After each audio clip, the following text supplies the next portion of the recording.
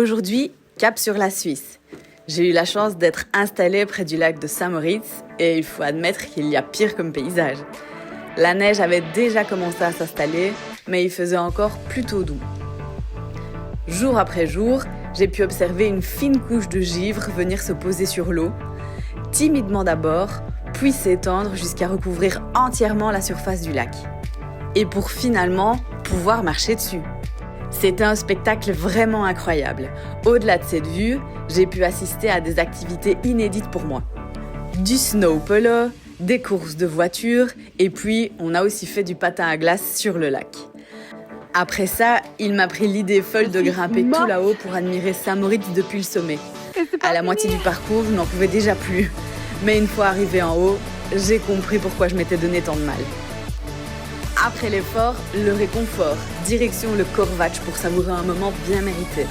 On y trouve une quantité incroyable de fondue au fromage, avec des saveurs plus étonnantes les unes que les autres, sans oublier les raclettes à volonté, qui feraient fondre n'importe qui. Bref, on y est allé quelques fois.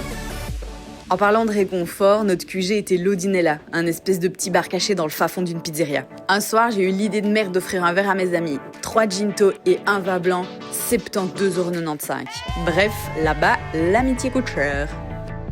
La nuit se terminait dans la boîte de nuit Le Vivaï pour laisser place à la gueule de bois un peu plus tard.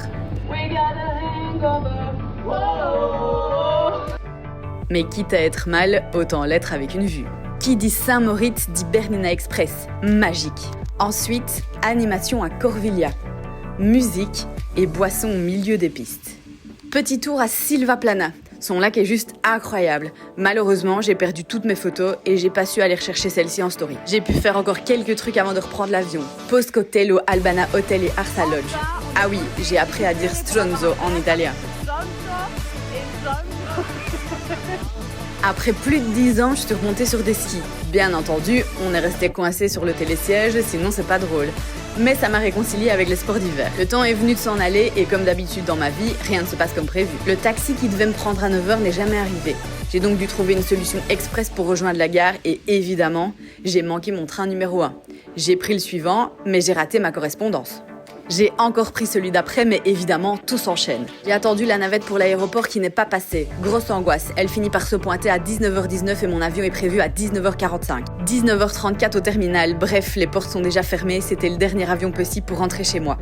J'ai pris une chambre d'hôtel, je suis allée m'enfiler un steak sur le grill pour faire passer la frustration et j'ai pu prendre mon avion le lendemain matin. Voilà, j'ajoute encore quelques photos qui ont été prises par moi, par des amis ou par des collègues parce que vraiment, ça en vaut la peine.